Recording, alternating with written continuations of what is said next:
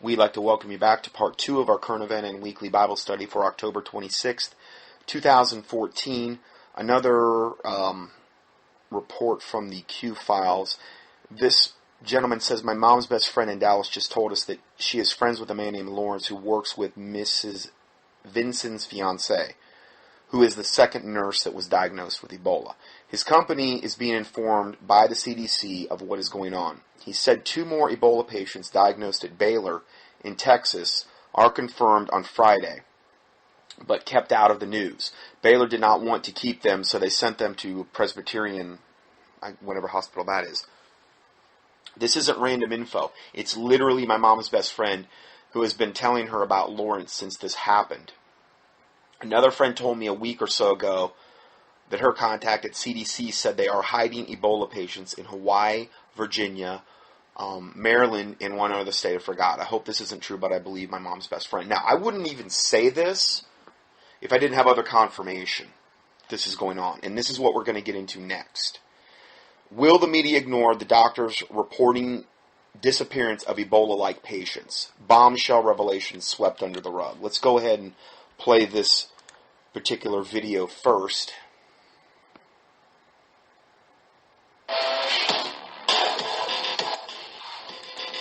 That's me doing all the techno in the background. Just kidding. All right, welcome back to the Alex Jones Show. I'm David Knight.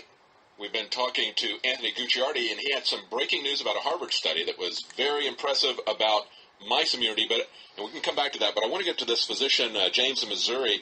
He says gear is being pulled, and he's on a cell phone with a low battery. James, are you still there?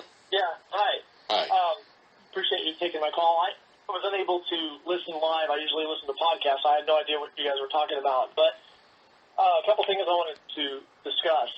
I'm a family medicine physician just south of Kansas City in Cass County.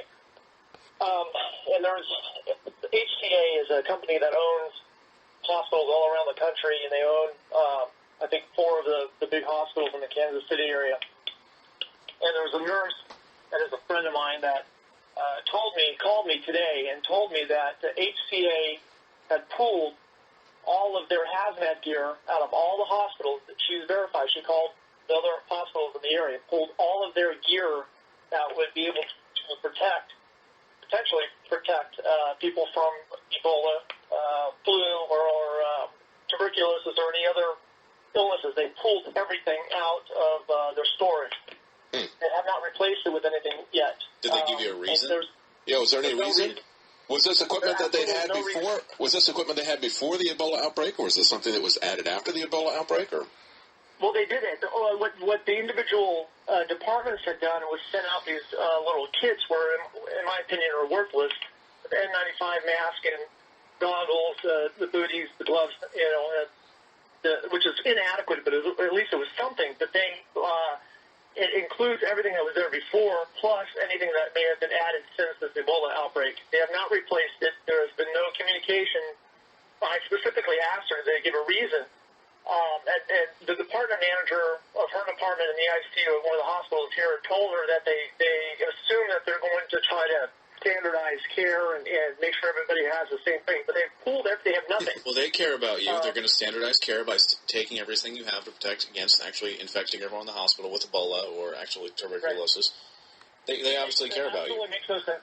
Well, and then a couple other things. Last week, I'm out of residency. I'm a practicing physician, but a friend of mine who is in residency at, I'll go ahead and say the hospital, Research Medical Center in Kansas City, had a potential, this is not the KU case, there's a KU meds near here, but this was another case that they potentially had Ebola, and they came out and the patient basically disappeared after This is what we've been told over and over again. Can you confirm, have you heard other stories about this? I've talked to nurses and doctors, and Dr. Group told us they're disappearing people with apparent Ebola cases.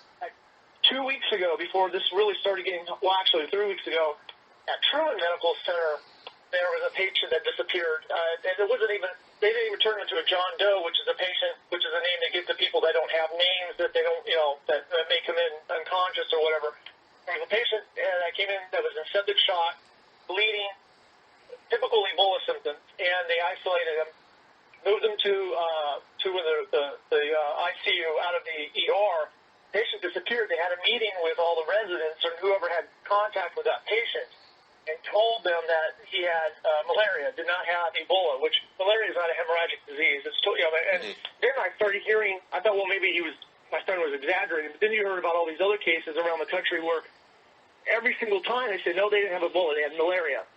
Well, the patient disappeared, and my friend did a little bit of research. They could not find that patient in the hospital. He was gone. And they don't even do a test. James, after we're done, could you hold on? We want to get your phone number. Because here's the thing. I've talked to physicians time and time again. They all confirm to say the same thing, but they are so afraid to speak on air. So this is what we're seeing now from multiple different sources, from doctors calling in to other reports of people being disappeared, of what they're telling the hospital staff is, they just have malaria. Well, we sent them to a different hospital, or they had TB. We sent them to a different hospital, and nobody's being told. So this is happening now, over and over and over again. It's all being suppressed in the news. Now, going back to this report, since even before the inception of Ebola fears within the United States, doctors and experts alike have been sounding the alarm over underground measures taken by the CDC to, quote, disappear patients exhibiting signs of potential Ebola infection. We have heard warnings from former top Border Patrol Zach Taylor, who revealed both in the March video, and we played that video in the previous teaching, that the CDC was snatching up individuals with flu-like symptoms on the border. We have heard warnings from physicians behind the scenes at medical conferences detailing how up to 40 cases of potential Ebola are reported each day. 40 cases. Potential Ebola are reported to the CDC each day by qualified health professionals and are being virtually ignored. But until now, these physicians have demanded to stay anonymous for fear they could lose their license and be terminated from their positions. Leading the charge in informing the public as to what we've been gathered from the medical professionals, speaking off the record, Dr. James Lorenzi, who's a DO, exclusively confirmed these reports by the doctors regarding actions taken by the CDC and to come in and disappear patients from hospitals who show signs of Ebola. Appearing for the first public breakdown of what has been told by others in the field, Lorenzi dropped informational bombshells that the mainstream media should be very concerned about. So I'm going to play some of this video, and which is going to kind of go into this. Encourage other medical doctors or medical workers to call in. We can vet who you are, either protect your identity, or if you want to go public, that's fine. There's strength and safety in numbers. James, doctor, you have amazing courage. Thank you for doing this. We said you didn't have to use your name. You proved who you were. You still have given us that intel. Thank you. Tell us exactly what you know and what you're being told. So about 4 weeks ago, when this Ebola thing really started taking off here in the United States, and all of a sudden you started hearing about patients possibly having Ebola. The hospitals were beginning to test for it. Well, a friend of mine that's a resident at Truman Medical Center, which is where I did my residency at, called me and said, "Hey, we've got a possible Ebola patient here, and he's bleeding out of all of it. I'm not going to use the language to use, but he's bleeding out of all of his orifices. He's in septic shock, hypotensive, high fever. He was visiting Africa, or he was from Africa, I believe, and had recently been here in the Kansas City area. And they took care of him in the ICU. Of course, it was not a rapid test, so they weren't sure, but I think they ordered the test and they sent it off, and they moved him to the ICU and they put him in isolation, from what my friend had told me. The following day, he called me back, and I told him to let me know. I wanted to call your show. I wanted to let people know that, hey, we've got a case here in Kansas City. Well, he called me back the next day and said they disappeared the patient. I said, what do you mean they disappeared him? The patient's gone. They were told that he left AMA, which means against medical advice, but the guy wouldn't have been able to leave. I mean, he was in that bad of a shape.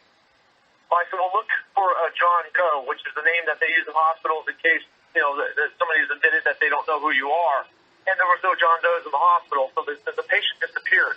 Well, the following day, they had a meeting with anybody that had contact with that patient and said that he did not have Ebola, he had malaria. Well, all of a sudden, that's when we heard that all these other cases in these other cities, they were coming back and saying, no, they didn't have Ebola, they had malaria. That seemed like that's what they were told to tell everybody. Well, then we had a second patient at Research Medical Center that was rumored to have, because I have friends there too, and they called me and said we have a possible Ebola patient. That patient disappeared. There's a patient more recently at KU Medical Center, which is just down just across on the Kansas side, about 20 minutes from here. And that patient, I don't know what the status of that patient is, but they came out and said that he didn't have Ebola, but he had typhoid. So something is very, very strange is going on. And I wouldn't have thought much about it, but this is happening in other areas of the country, not only in Kansas City. These patients are disappearing. They're doing something with the patients, and God knows where they're going. Okay, I've been having some pretty massive technical difficulties with my voice recorder here, just out of the blue for no reason. Never, ever had a problem with this voice recorder in all the years I've had it. And I don't know if it's because Satan don't want you to hear what's in this next little part or what, but it just came out of the blue. So I'm going to try for the third time now to play or record this next 4-minute audio clip regarding this interview. Whistle to others, because I think a lot of this is just ignorance, but we do need whistleblowers to call in. We didn't need them to confirm or deny this or give us more intel. The problem is I've already confirmed what you're saying from folks in Texas. Anything else you'd like to add out there for listeners? Just be aware, be careful, stay away from places where there's large groups of people. I really think this is much more serious than they're letting on, whether this is really Ebola or something else. Something is going on. They're preparing for something, and I think they're delaying the information coming out as long as possible, because they're putting whatever system they're trying to put into place for whether it's the martial law situation or if they're going to, because some of those executive orders Obama signed takes over all medical personnel. And I don't know if they're trying to get that set up. I don't know. It's just keep your eyes and ears open and stay out of hospitals if you can. That's the worst place in the world to be right now, especially with flu season coming around. It's going to be a nightmare. When flu season hits, people are going to be coming to the hospital for flu or Ebola, or they don't know what they have, and going to be around a bunch of other people. It's going to be a nightmare. And every doctor that I've spoken with is terrified of this fall. So there you have an MD who actually makes his living in a hospital, telling you whatever you do, stay out of the hospitals, particularly this coming fall and winter when you have the flu and you have Ebola and who knows what else cropping up. And let me ask you this. We're going to skip this network break. I know you've got to go in just a few minutes, but I want to keep you as long as we can. Tell me when you've got to go. The other key question, what do the other medical doctors, what do the nurses, what do they think is going on? Is it a state of concern, a state of not caring, a state of panic, of quiet panic? What's going on? Well, a lot of them come up to me, and I say, well, I'll let you know when it's time to panic. But they are very, very concerned, and several nurses and other personnel, I've spoken with their families, and come up to me and say, hey, if we have an Ebola case, I'm not coming to work. I'm staying home. I'm taking care of my family. And well, especially when you don't have the right gear. Correct. That's correct. There's been no training at the hospital. There's been no, and I called the infectious disease nurse and said, listen, we need to practice this scenario. We need to know where to go. Where's the gear at? Oh, we've got it covered. Don't worry about it. And they don't. And everybody's freaking out. It's like nobody knows what to do. There's, again, an MD telling you they're not training the doctors, the nurses. They don't have the proper gear. They're literally taking the gear away now. What little they had, they're taking away. They're disappearing the patients. It's like, it's total insanity. But it's becoming what the norm is. And then the nurses are flat out telling the doctors, listen, because of all this, because we're so ill-equipped, because we don't know what we're doing, because we don't even have the proper gear, if we have a diagnosed Ebola patient, guess what, Doc? I'm not showing up for work. And this is what we're seeing already in New York City. And this is going to be an epidemic of behavior patterns among nurses, and I don't blame them at all.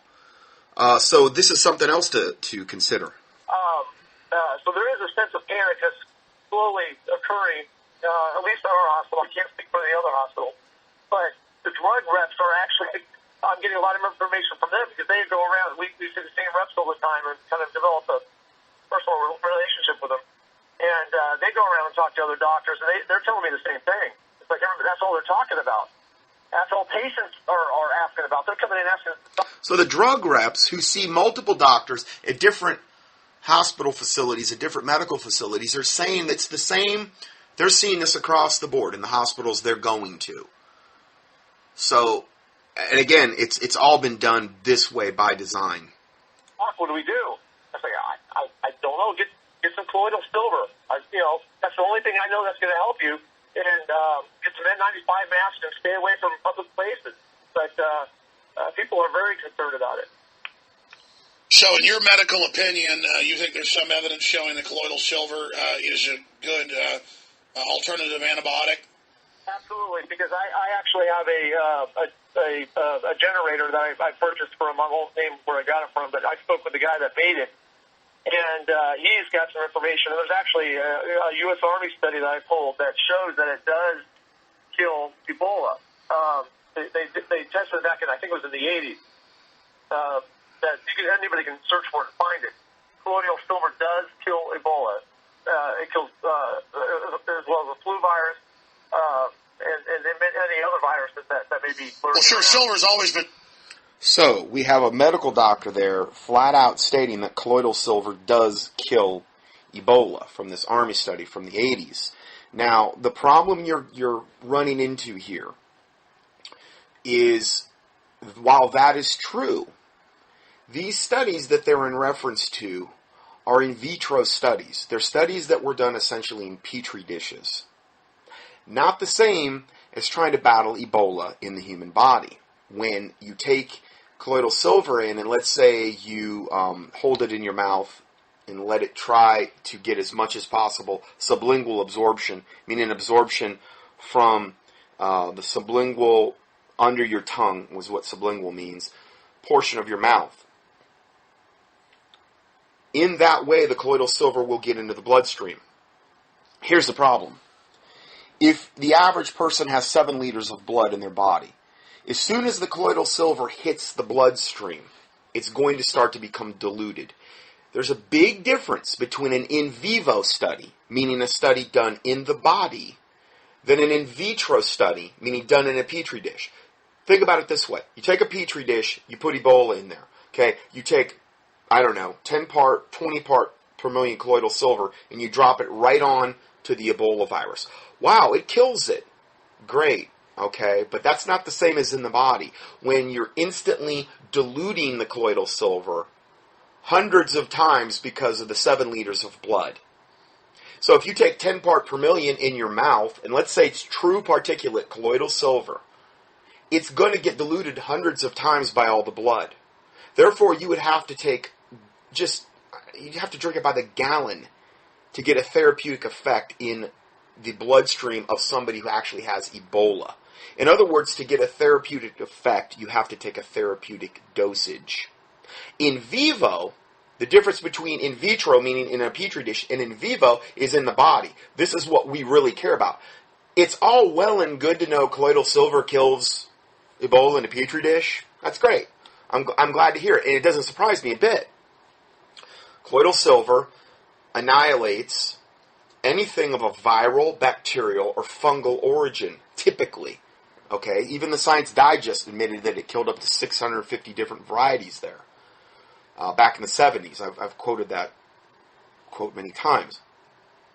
Okay, so if you're going after something in the body, particularly if it's something virulent, you want a high part per million colloidal silver in order to get the job done. You take a 10 part per million colloidal silver, let's think of it like taking 10 troops with you into battle. You're battling this really, really nasty foe, and you've got an army of 10. And you're taking that into battle. You're gonna have to take a whole lot of that 10 part per million in order to get anything done. Whereas if you're taking 5,000 or 10,000 part per million, you already have a built-in army of 5 to 10. He mentioned the silver generators. If you buy a silver generator, typically about 90% of what you're producing from a silver generator, meaning a generator where they generate colloidal silver electronically off to 99.999% silver rod. Okay? I don't have anything against the generators, but here's the problem. And I've stated this before, but I'm going to restate it because it's very pertinent to this. When you make colloidal silver in that fashion, you're electrically generating it. Around 90% of what you're going to produce off an electrical silver generator is ionic silver. When you make silver electrically, typically that's what you're making, ionic silver. If you buy it in the store and it's made electrically, which is 99% of what you're going to buy in a health food store, it's electrically generated. That is mostly ionic silver, not colloidal. Colloidal is true particulate silver, preferably with a uniform particle size. Ionic silver is electrically generated. It's very easy to make. It's highly unstable, and it typically does not have a very long shelf life. Here's the problem with ionic silver in the bloodstream or in the body. Ionic silver will quickly, if you take it in the mouth, it will quickly combine with the chlorides in the bloodstream, okay, to make silver chloride, okay? That is essentially inert in the body. It has about a 5-10 second life in the body, okay? If it hits the stomach acid, guess what? It's going to combine with the chlorides in the stomach acid via hydrochloric acid. Again, you're going to have a 5 to 10 second usable life in the body. It's not going to kill you. It's not toxic, but if you take enough of it in, it will turn you gray eventually. And I told you, I've met people that were gray.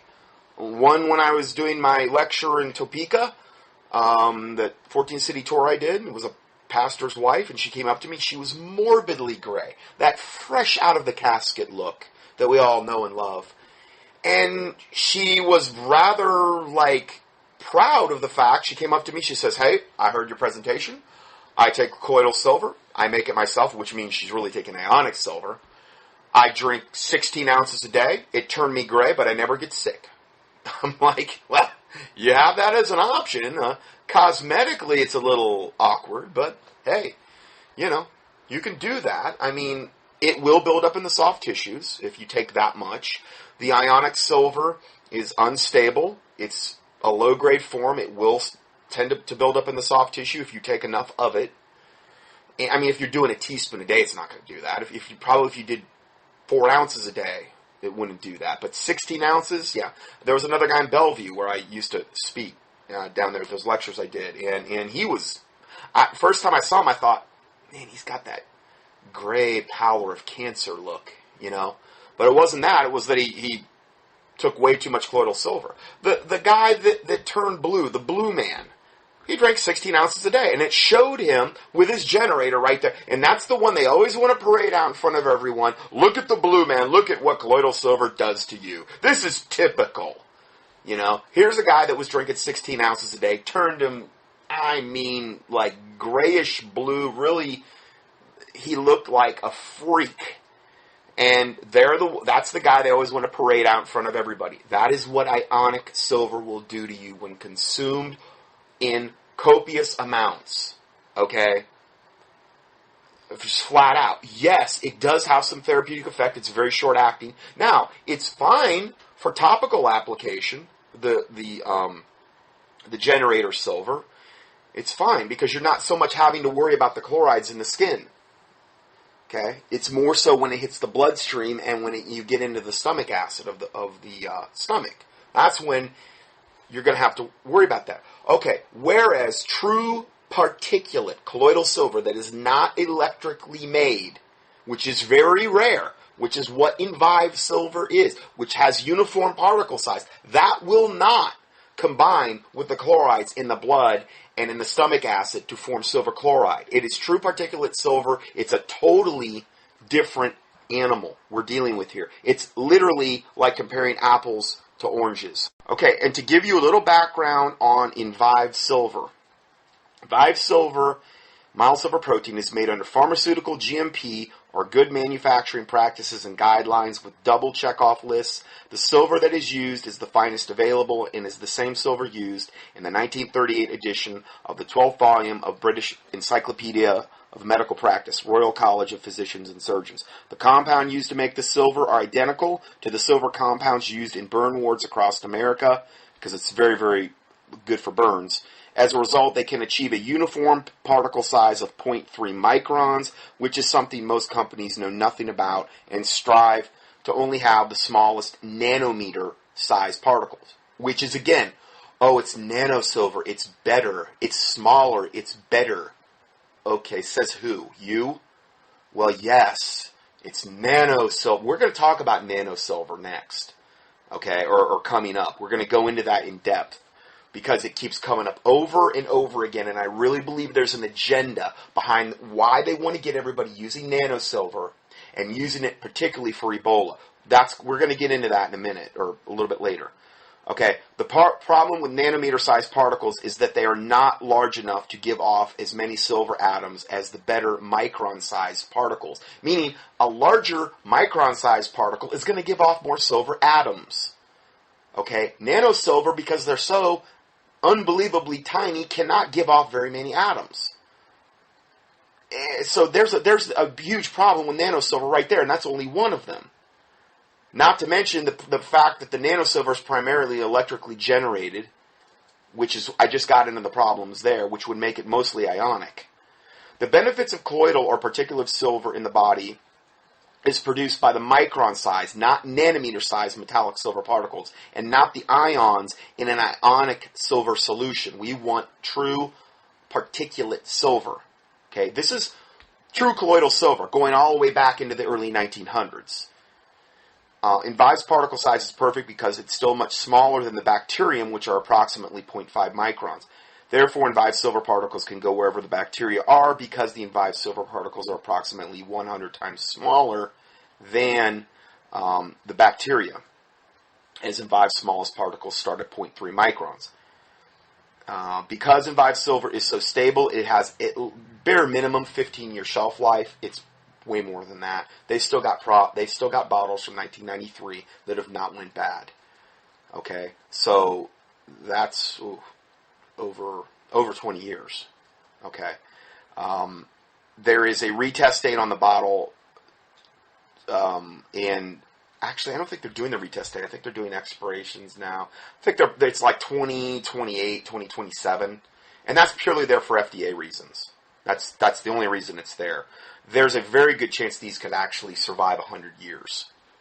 Okay, these bottles. So that's another really good reason, because like when I said before, when I work with that company, Utopia Silver, which put out a 20 part per million silver, it's the same thing as Meso Silver, same exact silver. I knew the president of the company. I was working with him. This is when I was first getting into colloidal silver, and he told me on the phone one day, jokingly, that, it's crazy. We make this stuff electrically, and it literally costs me more in packaging than it does for me to cost. The glass bottle and the styrofoam packaging costs way more than actually the silver itself. And he was joking. I mean, you can imagine what his profit margin was. So, then around the same time, I found out about Invive, and I've told that story before, that how I found out about it, which I believe there was some divine intervention regarding that. There's no colloidal silver in any form that can even come close to the shelf life or potency, nor has there ever been one case of argyria, which is when you turn gray, which is they'll have, anybody that turns gray, that's the one you're going to see on the 6 o'clock news, because they got to demonize colloidal silver, okay? There's never been one case of argyria turning gray reported from taking Invive silver. Now, you would think if it was so bad, because, their propaganda is that, it's too strong, it'll turn you gray. Well, there's never been one reported case. of imbibed silver turning anyone gray. Why is it that the super, super weak stuff is turning people gray? Well, because it's inferior. It turns into silver chloride in the body. And that gets into the soft tissue, especially if you're drinking 16 ounces a day. That's why. You know, you want to drink water when you're taking colloidal silver, particularly if you're taking a therapeutic dose, just from the Herxheimer effect alone. Herxheimer, or die-off effect of the silver killing all the bad guys in your body. You want to flush that out with purified water. So anyway, that's a little bit of information there. And I've got a whole file on the difference between Ionic silver and colloidal silver that really gets into this. If you ever need me to send it to you, just email me. I'll send it to you, and I will load your boat on this particular subject. You have to understand, when I did that 14-city tour back in 2006, I fielded a good hour's worth of questions, anywhere from a half hour to an hour's worth, every single night after the lecture was done, for 16 different cities, and I got very well versed in, you know, what I was going to be asked and information, and having to go and back up what I'm saying. And so I've compiled quite a bit of information that would answer almost any question you could have on the subject of colloidal silver. I'm not going to have every single thing, but I've got quite a bit. So let's go further here.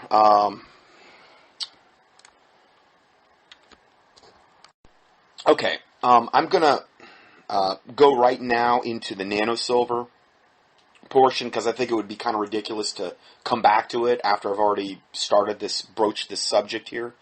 I am getting, and there's so many things on different alternative news sites, including Mike Adams, including whatever, about Rima Laibow, General Stubblebine, Natural Health Solutions, and the 10 part per million Nano Silver Ebola cure. Okay? I've already told you why I do not believe any colloidal silver, including Invive at 10 part per million, is going to cure Ebola, unless you literally drank it by the gallon. But I think your kidneys couldn't even handle how much you would need in order to because it's the Invive is so much more concentrated at 5 to 10,000 parts per million. Okay, it's just a matter of it being literally hundreds to thousands of times more concentrated. You don't have to take near as much. As a result of that, it's more concentrated, and so I really believe that this. And it's been this way ever since I can remember. There is more disinformation and more bad information about colloidal silver than any other health subject that there is, that I've ever seen, consistently. And I think the reason that is because the government has known how important this could potentially be. And again, I get into this in my the little study I did online about colloidal silver. Just key in Dr. Scott Johnson colloidal silver, and you'll see my, I don't know, half-hour study on it, or 40 minutes maybe. And I get into the history of colloidal silver and the Food and Drug Administration takeover in 1939. When, at that time, you could literally go to, up until that time I should say, you could literally go to your doctor. You go to him with a sore throat. He prescribes you colloidal silver, literally mild silver protein is what he prescribed you, okay?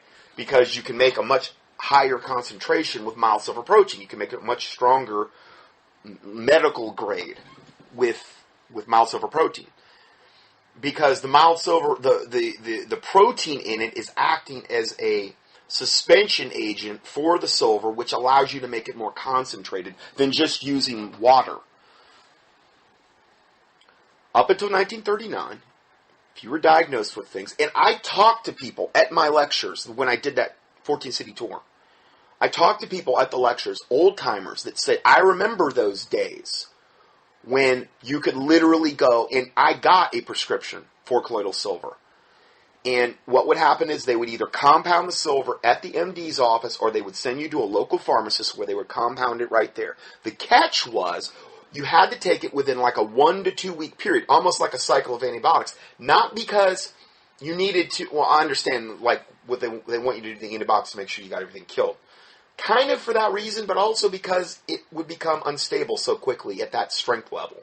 They did not have a way to stabilize it back then. Well, the MDs had no interest, ultimately, in having something like colloidal silver that could potentially cure up to 650 different bacterial, viral things of that nature. They really didn't have any interest in that because they don't want to cure anything. I'm not saying MDs, but the medical cartel had no interest in curing anything.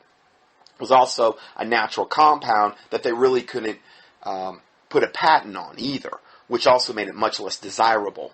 They want things they can put patents on and that are drugs and that cause side effects and that don't cure anything, but actually put Band-Aids on things and give you symptomatic relief, but in the long term leave you worse off because of all the side effects. Okay, antibiotics pretty much do that because they kill all your healthy flora, they decimate your own immune system, so it sets you up for another cycle of antibiotics. That's why antibiotics came into vogue and into being in 1939, Food and Drug Administration takeover. And that's when colloidal silver went bye-bye, that were being compounded in the labs, in the pharmacies, and say hello to the new wonder drug, sulfur-based antibiotics. That's when it happened. That was the turning point. That was when colloidal silver fell out of favor, fell out of vogue, and pretty much, I really believe, probably to a certain extent, started to become demonized. Didn't fit their corrupt mode of how they made money. Always comes back to money and control. So, getting into this Nano Silver warning, and again, almost all of the information I have seen since in the last 2 to 3 to 4 months about colloidal silver is all focused in on nano silver, 10 part per million. It's all coming from the same source, Rima Laibow, General Stubblebine, her wonderful hubby. Do you realize General Stubblebine is the guy that was in charge of the remote viewing project for our government? Remote viewing, which is like right up there with astral projection, where they've spent millions on this to take our troops in and have them remote view, meaning they would like literally, I'm not saying they go out of body like astral projection, but it's about the closest thing to it, where they literally can view something that's going on 10,000 miles over in Russia and spy on our enemies. It's totally evil and demonic, and it's very high-level witchcraft. He was the guy that was in charge of that. I mean, this isn't a secret if you research this. I have a whole file on these two. They are disinformation agents of the government. They have been for a long time. That's why when this all started coming out about them saying Rima Laibow up there with her doctor coat and her stethoscope, and she's not even a doctor, which is even more revolting. She's acting like she's some big doctor or whatever, and like a medical doctor. Okay, she's got a stethoscope around her neck and a white lab coat. I mean, it's so contrived. And she's up here saying, this is the cure for Ebola, and they're trying to suppress it, and they're blocking it from going into Africa, and all of this stuff. The studies she's citing are in vivo studies. Or, I'm sorry, in vitro. Petri dish studies. Yeah, nano silver probably can kill Ebola at 10 part per million in a Petri dish. Probably can. It's not being diluted with 7 liters of blood, like an in vivo study. It's not having a chance to come in contact with the chlorides of the blood, which would render an ionic silver useless. Which I just got into that. It's not having a chance to do that. So they cite that and act like as long as you have 10 part per million, I wouldn't even tell you to have 10 part per million in Vive and tell you that would help Ebola. I can't really say a whole lot about anything as far as a cure, quote, cure anyway. Only the guys with the white lab coats, like Rima Laibow, even though she's a wannabe, can say that, evidently. You got to stay away from the C word, you know? But I wouldn't even tell you 10 part per million in Vive would do that. It's not strong enough. If you're going to go into battle, you want a lot of strength. You want a lot of troops. Do you want 10? Or do you want 5,000? Or do you want 10,000 with you? It's how you have to look at it. It's a matter of numbers and overwhelming your opponent. Now, I'm not saying the Lord Jesus Christ can't protect you from all of this. I've said that many times. I'm not saying you got to go out and buy this. I'm just telling you, I'm getting into like chemistry here with what is the difference between ultra tiny 10 part per million nanosilver and uniform particle size, much larger in 5 mile silver protein. Okay, what is the difference? And I've already kind of answered that question already. Let me just read this from what I had. Most of the current reports regarding natural treatment of Ebola are centered around the 10 part per million nanosilver advocated by Rima, Laibow, and General Stubblebine, both government disinformation agents / operatives for years. See, they've been doing this for years. John Hamill exposed them. I mean, that guy was a madman. I don't know what happened to him, but he was a madman, and he totally had them pegged. Put out all kind of stuff on them, on their false agenda. And they're there working as government disinformation agents to try to get you moving in one direction. They're trying to like herd you and acting like they're one of the good guys, and we're one of the guys that are here to, put out truth. And it's actually the exact opposite. I've never trusted them. And this is, their organization is Natural Health Solutions.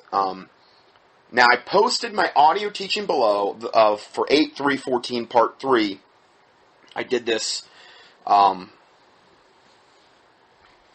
in August.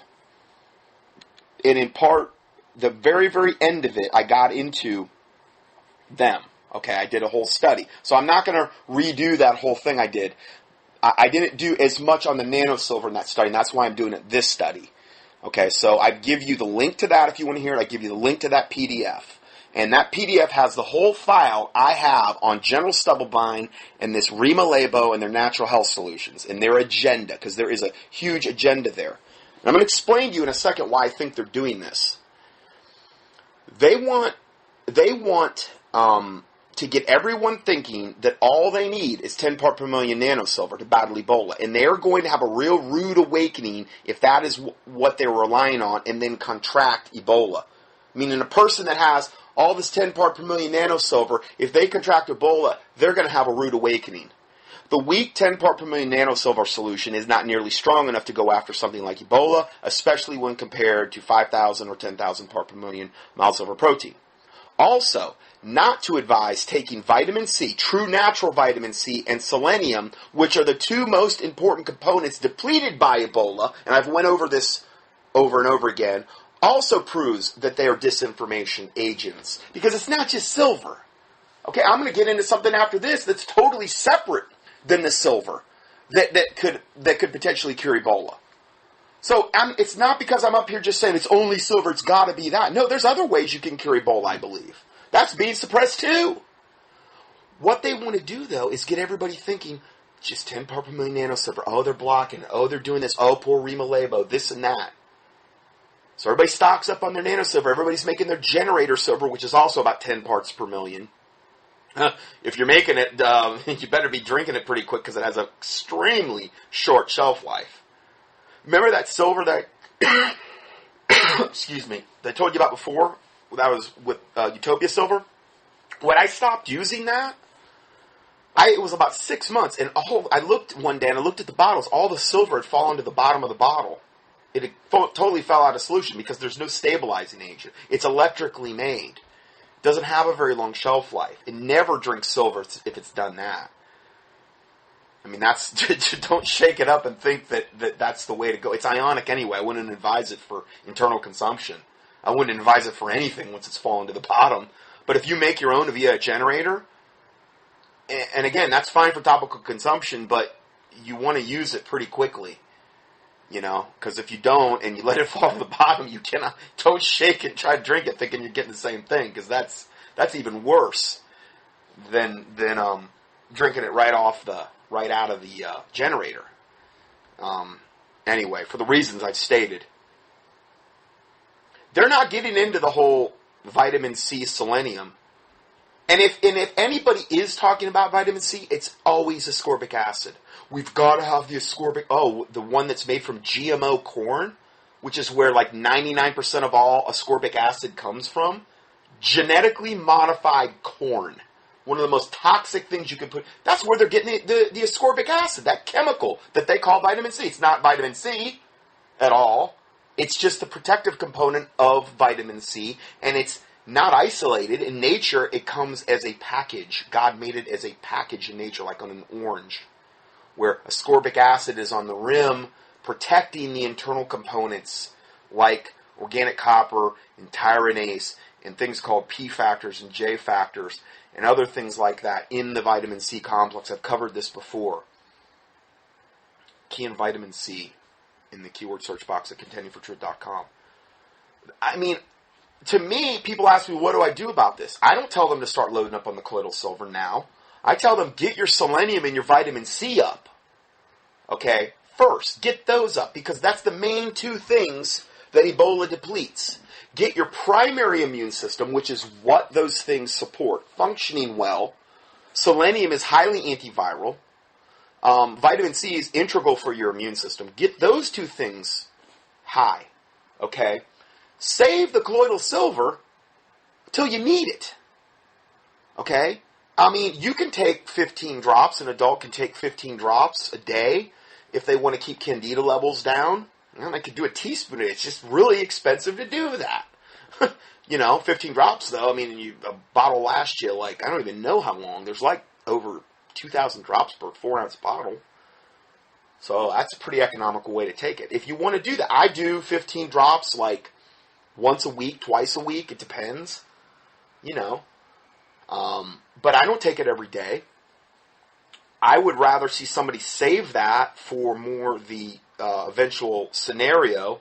Now, if you're battling through something, if you've got something chronic that is of a bacterial or viral origin, sure, there's protocols for that. And you can go up to dr-johnson.com, click on the doctor's desk reference, and there's hundreds of protocols there for the Envive. And if it doesn't say the actual part per million, assume it's 5,000. I think it says that at the very, very beginning. These are all, unless it's otherwise stated, 5,000 part per million is what those protocols are based on. Some are based on 5,700. Some are not very many are based on 10. Anyway, so let's go further here. So I give you my teaching that I did on them. Now, let's just look. Okay, hold on. Let me finish my thought there.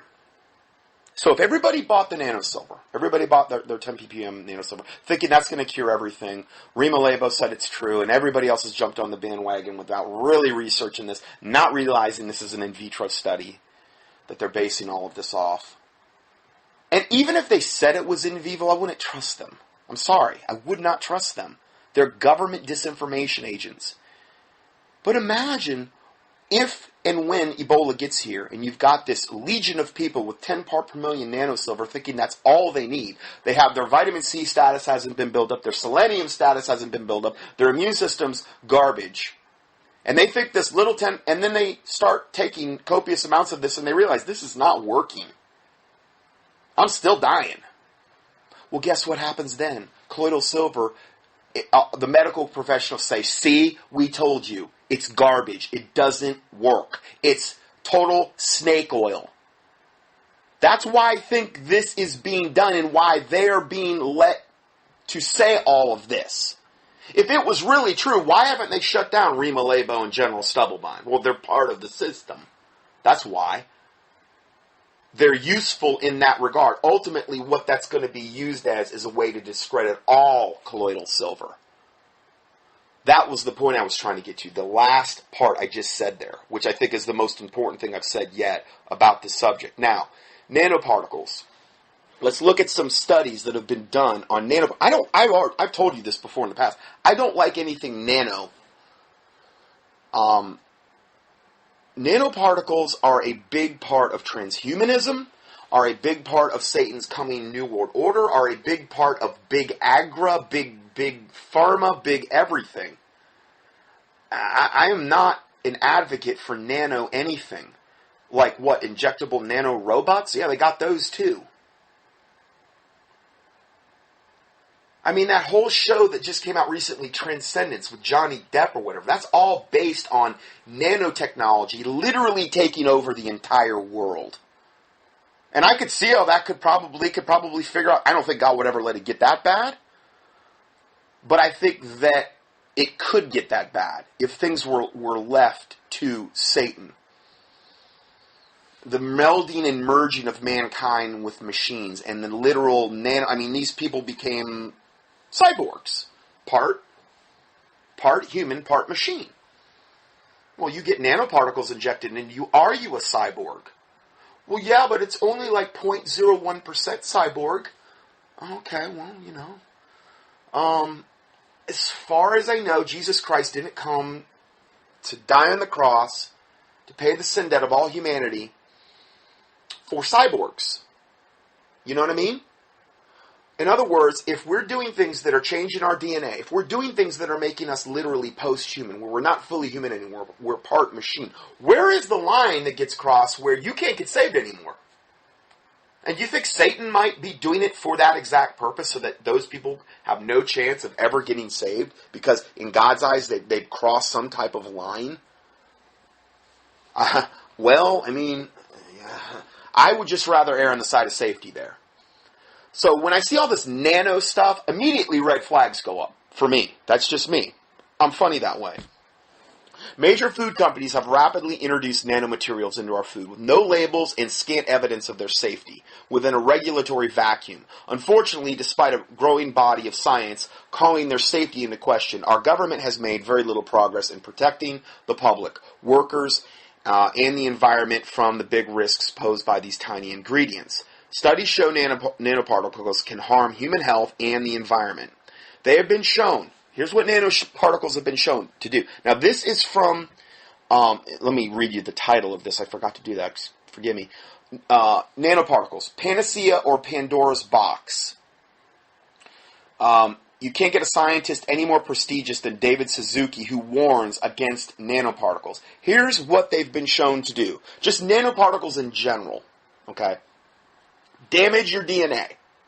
Cause lesions on the liver and the kidneys. Disrupt cellular functions. Number 4. A Cornell study that's linked here found nanoparticle exposure changed the structure of the intestinal lining in chickens. Number 5. Silver nanoparticles in wastewater runoff killed a third of exposed plants and microbes, according to a CBC online article. Those are silver nanoparticles. Isn't that what Nano Silver is? Yeah. It's Nano Silver. Number 6. Studies show nanoparticles can harm human health and the environment. Number 7. They can damage the lungs. 8. Cause symptoms of rashes. 9. Nasal congestion. 10. We don't know about the long-term effects. Widespread application could lead to unintended consequences. Scientists argue we should follow the precautionary principle, which states proponents must prove products or materials are safe before they're put into common use. Before letting loose such technology, we should also ask who benefits. And it's big business here. Big global business. Okay, here's the next report. Because I don't want to just use one source, David Suzuki, because, that's his opinion. No, there's all kind of studies that have proved this. Now, remember, this isn't about colloidal silver that's not nano size. This is about anything nanoparticle related. It's just funny they happen to mention nano silver on more times than just about any other thing they mention overall in these reports. This is entitled Silver Nanoparticles, Useful but Dangerous. From socks to medical supplies, retailers have spent the past few years seeing silver. The popular precious metal has powerful antimicrobial properties, especially when broken down to nanoparticle size. So it's been added to everything from washing machines to keyboard covers. But 2 new papers suggest that the miniature version of the material should be used cautiously. Silver nanoparticles are a continuous source of ions. Oh, really? Ions? Remember what I said? That these silver, nano silver is going to produce ions, not true particulate silver. See, it's the difference between ionic silver and colloidal silver. Colloidal means it's particulate. Ions are different. Okay? And this just confirms this. Silver nanoparticles are a continuous source of ions that could be toxic for aquatic organisms that are swimming around or in the sediment. And it will end up in the food chain, said Smithia Pillai, an environmental toxicologist with the Swiss Federal Institute of Aquatic Science and Technology, and the first author on a paper published in March in the Proceedings of the National Academy of Sciences. In the study, algae were exposed to silver ions, which are silver nanoparticles released in the water. Remember? Ions, yeah, it's the same thing. They're silver nanoparticles released in the water. Larger pieces of silver release some ions, but at much lower concentrations. Meaning a larger, like particulate piece of silver will produce some ions, but at much lower concentrations. Within 15 minutes, the algae showed signs of being exposed to a toxin, including significant reduction of photosynthesis and a defense response. This is nanosilver in the water. Previous research has showed that silver ions are toxic to rainbow trout, causing eggs to hatch before they are fully developed and leading to high rates of death for the baby fish. Now, do you want to be consuming nanosilver just based on this alone? In 2006, Samsung introduced a line of washing machines that released silver ions into the wash water. When asked why the line was discontinued, a representative emailed the following statement to Inside Science. This is the magazine, I guess, reporting on it, or publication. This is what Samsung said. Quote, "We are continuously innovating our products with new technologies to meet the highest level of quality and performance consumers have come to expect from Samsung brand." In other words, they wouldn't answer them. They didn't answer the question, but they basically discontinued it and gave no reason why it was done. So it doesn't sound like it could have been good, and just on these reports right here, it doesn't sound like it would be very, very good. A separate research paper published in the February issue of ACS Nano, and there's a hot link to that, studied the effects of nanosilver on the human intestinal cells. The researchers found that the exposure to nanosilver did damage to the cell's DNA and temporarily changed their protein production.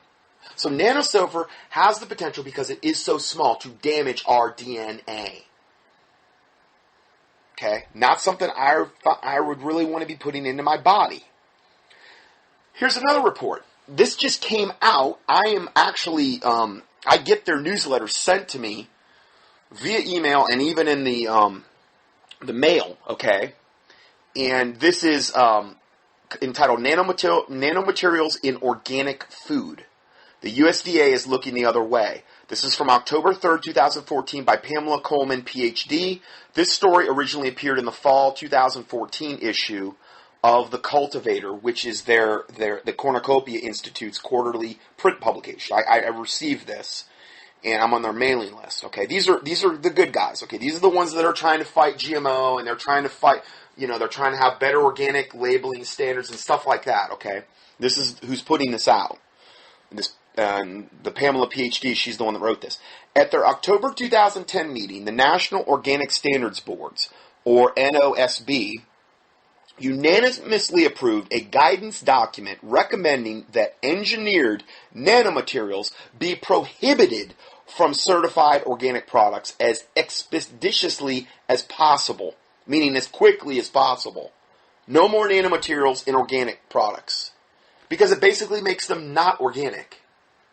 We respectfully request that the National Organic Program take immediate actions to implement this guidance document. End of quote. That was the actual statement. This was back in 2010. They were saying this. Okay, so literally 4 years ago, October 2010 meeting. Program, as of today, the USDA National Organic Program has taken no action to implement this recommendation. Engineered nanomaterials are being added to food, while consumers who have put their trust in the safety of organic foods are being kept in the dark.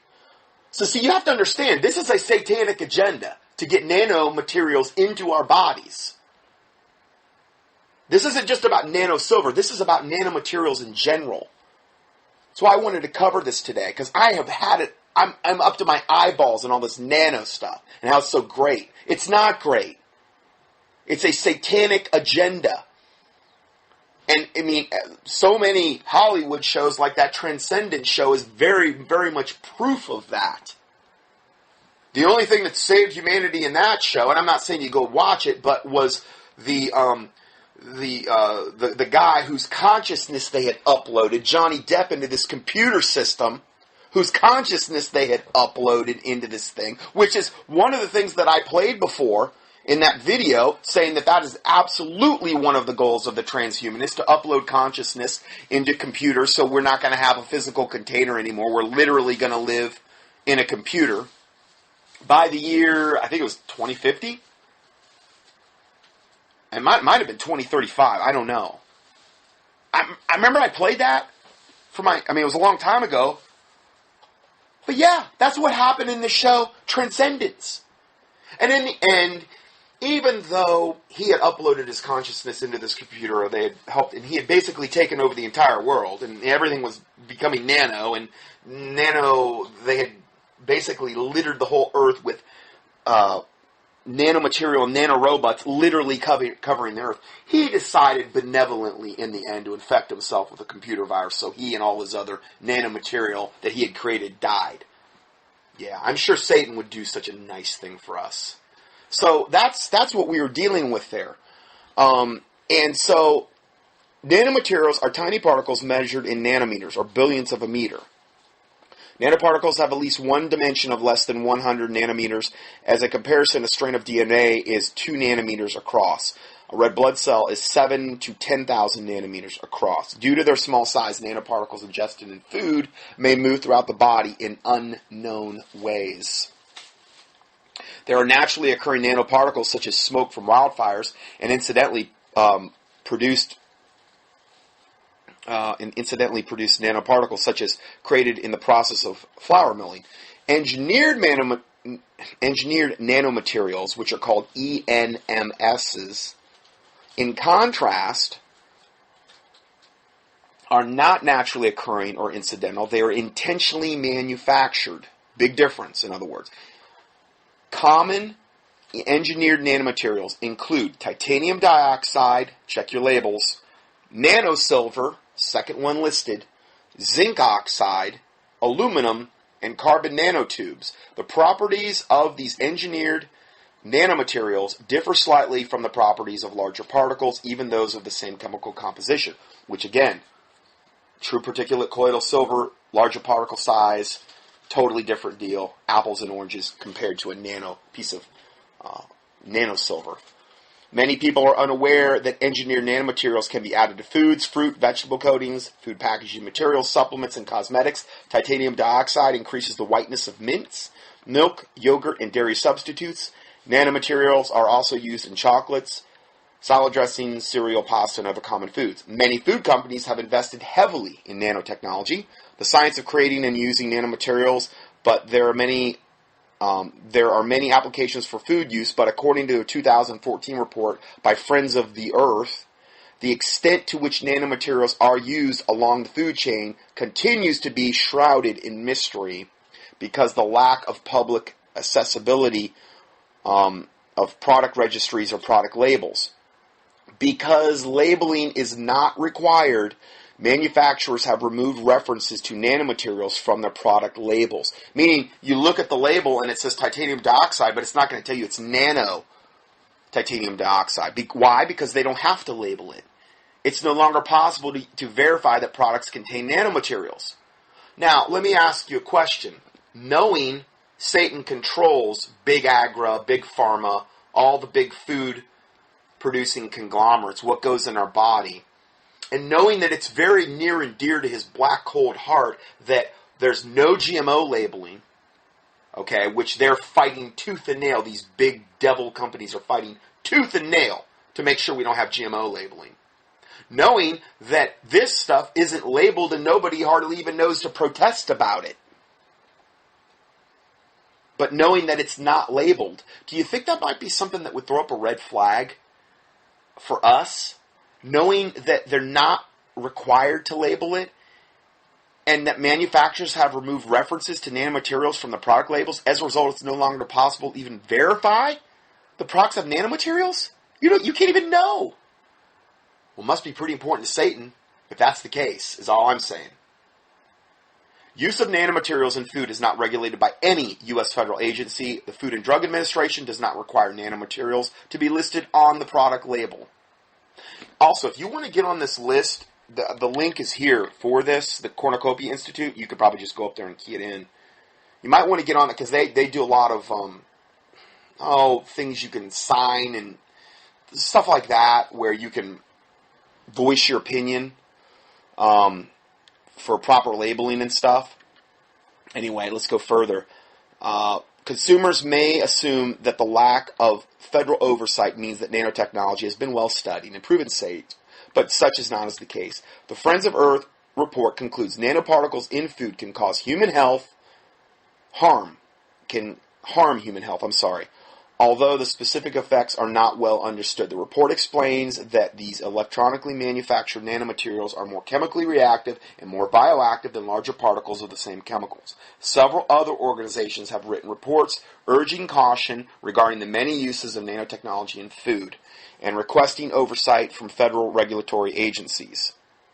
Due to their very small size, nanoparticles are more likely than larger particles to enter the human cells, cross the blood-brain barrier, meaning they get in your brain, or move across the placenta from the mother to the fetus, to the baby. Really? They've been shown to damage DNA, cause lesions in the liver and kidneys, and disrupt cellular functions. Now, this report is highly, highly referenced. There's 13 different references. I list them all here. And everything the one report from Dr. Suzuki, that he invented the Suzuki motorcycle too. Just a little side note. No, just kidding. I just made that up. But that one is also incredibly highly referenced. So this isn't just some I'm just throwing mud against the wall here to try to convince you of something. This is all highly referenced material regarding this whole subject of nanoparticles, nanomaterials, nanosilver. I think it was long overdue that I do this. So I've run out of time for this part, so I'm going to end part 2, and we will go to part 3 next.